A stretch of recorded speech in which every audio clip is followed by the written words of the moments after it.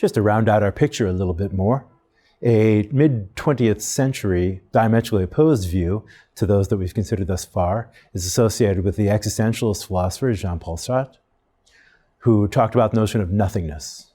And for him, the notion of nothingness is not so much complete non-existence, but rather the idea that ourselves are a kind of clean slate on which we've got to write.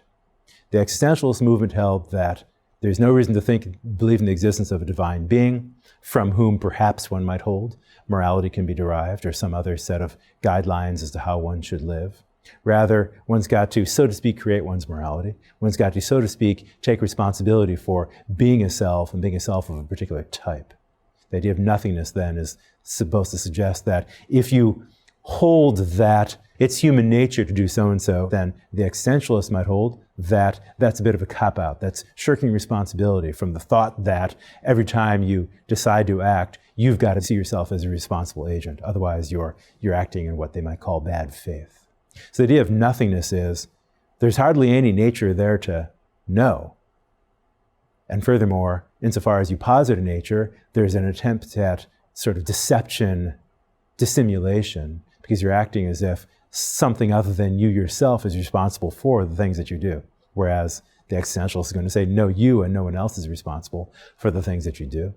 And if that's right, then you have to start out with a blank slate and write it and take responsibility for what you write. This idea then of nothingness is one that it's hard to stare at, hard to hold on to, hard to keep fixed in your mind. But it's something that the existentialist will say is required to keep fixed in order to take full responsibility for living your life fully in the moment, living your life with full responsibility. By contrast, this was in the mid-century, later in the 20th century, we began to see theories of, for example, human emotions that had some substance that denied the claim that for example, existentialists wanted to make of complete emptiness, nothingness, extreme malleability. Theories of emotions that have developed in the last 50, 40 years suggest the following, that across our species, no matter whether you live in Papua New Guinea or whether you live in Canada, Chile, Argentina, Uganda, elsewhere, you share something with all other members of your species, or at least all neurotypical, as they will call them, members of your species. That is the capacity for various emotions, and not just various emotions, a particular set of emotions, often referred to as the basic ones. So it's fairly widely held among, for example, psychologists concerned with affect, that is theories of emotions and moods, that everybody's subject to at least the following types of emotions: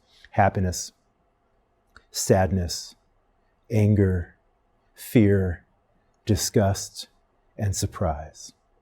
Furthermore, each of those emotions has a kind of signature, characteristic way of running through a person. We know, for example, that happiness behaves in a certain way no matter what culture you're from, no matter what country you live in, pretty much no matter how you grew up or how you were raised. The idea being that happiness has a certain way that it feels phenomenologically. When you feel happy, you feel kind of uplifted. It feels good, of course, to feel happy, as opposed to bad. That's almost too obvious to be worth stating. Furthermore, happiness has, we now know, various characteristic physiological aspects, such as the release of certain hormones, endorphins, and so forth. Thirdly, happiness has a characteristic way that it presents itself physically on your body. For example, happy people tend to look a certain way. They smile. And generally speaking, happy people tend to behave a certain way. They have a lightness in their step. They have exuberance about them, etc. So there's a signature that's associated with the emotion of happiness. Likewise for sadness.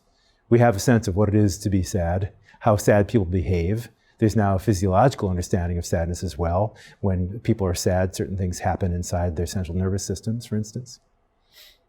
Certain way your face tends to look when you're sad, etc. Anger, we know the shape, the signature of anger, for instance. It feels a certain way, like you're boiling inside. There's a certain way your face will look if you're angry.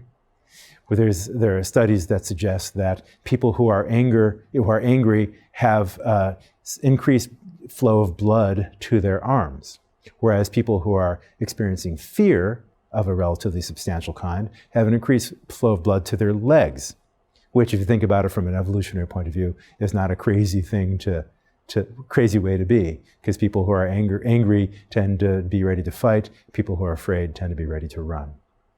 Likewise, disgust. Disgust is considered one of the basic emotions. It's got a certain way that it looks, probably a certain way that it feels from the inside, phenomenologically, a certain physiology, as well as a certain way that causes you to behave. When you are disgusted, literally disgusted by, for example, something that you just ate or smelled, you're going to retch, perhaps. You're going to make your face into a certain contorted way, etc. Likewise, surprise. We know what a person's face looks like when they're surprised, etc. So the idea is that these basic emotions are fairly pan-cultural.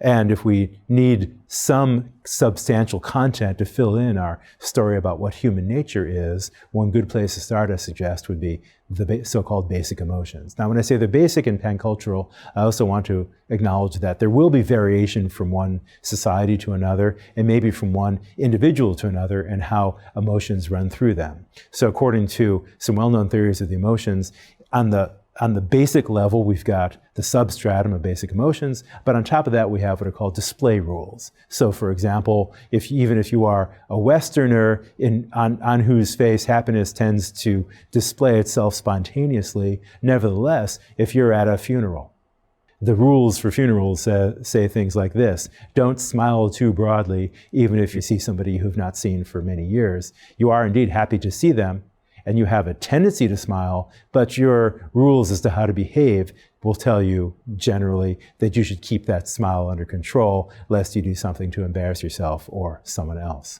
Likewise, you can be angry, but there are situations in which you're supposed to keep your anger to yourself, at least in our society, or at least in Western societies. If you're watching this course, engaging in this course from a non-Western society, then I hope you'll share your experiences with these emotions on our discussion board. It would be very interesting to hear what you've got to say about your local society's rules for how people who are feeling fear, how people who are feeling surprise or disgust or anger or sadness are supposed to or not supposed to let them express themselves on their faces and their behavior, in what they say, and so on.